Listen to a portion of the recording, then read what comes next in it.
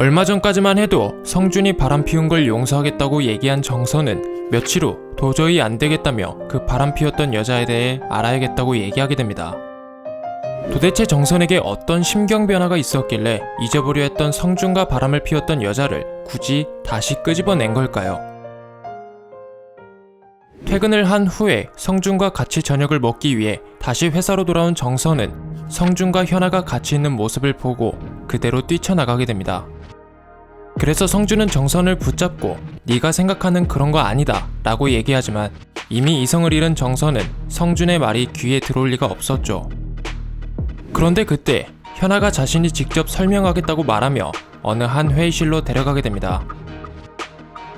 알고 보니 평소 호텔에 묵을 정도로 부자였던 현아는 집안이 갑자기 어려워져 사채업자한테 쫓기는 신세가 되었고 그로 인해 VIP 고객들이 찾아가지 않은 고가의 상품들을 몰래 가져가 판매를 하려 했었죠. 그런데 마침 아직 퇴근을 하지 않은 성준과 마주치게 되고 양심의 가책을 느껴 지금 현재 자신의 어려운 사정을 얘기하며 직장 상사뿐만 아니라 같은 대학의 같은 동아리이기도 했던 성준에게 위로를 받고 있던 그때 정선이 그 장면을 목격하게 된 것이었습니다. 친구여도 다 알지 못하는 충격적인 얘기를 들은 정선은 미나에 이어 자신의 친구인 현아까지 의심했다고 생각하며 더욱 깊은 죄책감에 빠지게 되죠. 다음날 현아의 속사정을 알게 된 정선은 천천히 갚아도 된다고 얘기하며 돈을 빌려주게 됩니다. 그런데 갑자기 현아는 성준을 찾아가 무엇이라도 아는 것 마냥 그만 멈춰라, 그러면 안 되는 거지 않냐고 얘기하게 되죠. 왜냐하면 정선에게 돈을 받을 때 성준에게 여자가 있었다, 그런데 그 여자가 넌 줄 알고 오해를 했다 라는 얘기를 들었던 것 뿐만 아니라 얼마 전 택시를 타고 회사로 잠시 돌아갔을 때 성준이 누군가와 같이 있는 모습을 목격한 것, 그리고 그것이 수상해 백화점 옆에 있는 카페에 잠시 앉아있을 때 성준이 퇴근하는 모습을 본 것과 동시에 유리와 미나 또한 동시에 백화점에서 나오는 것을 목격한 것 때문이었습니다. 그렇게 현아는 성준에게 경고를 한 뒤 그때부터 미나와 유리를 의심하기 시작하게 되죠. 한편 정선은 성준의 다급한 전화를 받게 되고 급하게 병원으로 향하게 됩니다. 그리고 그곳에서 환자복을 입고 있는 엄마와 만나게 되죠.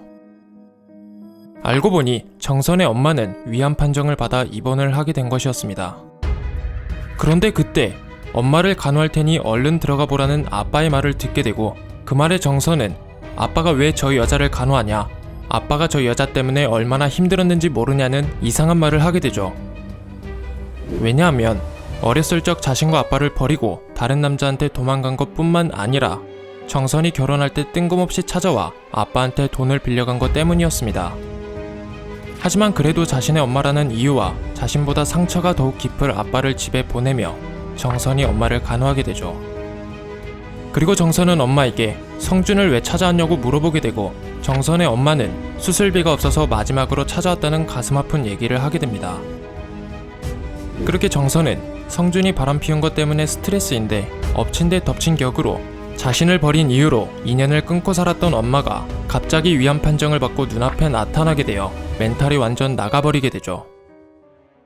그래서 정선은 그 짐들 중 하나를 덜어내기 위해 결국 성준에게 바람 피웠던 여자가 누구냐고 물어보게 됩니다. 과연 성준은 정선에게 바람을 피웠던 여자를 얘기할까요? 그리고 정선은 그 문자를 보낸 사람을 찾을 수 있을 것이며 자신의 팀에 있는 성준의 내연녀였던 사람을 색출해낼 수 있을까요?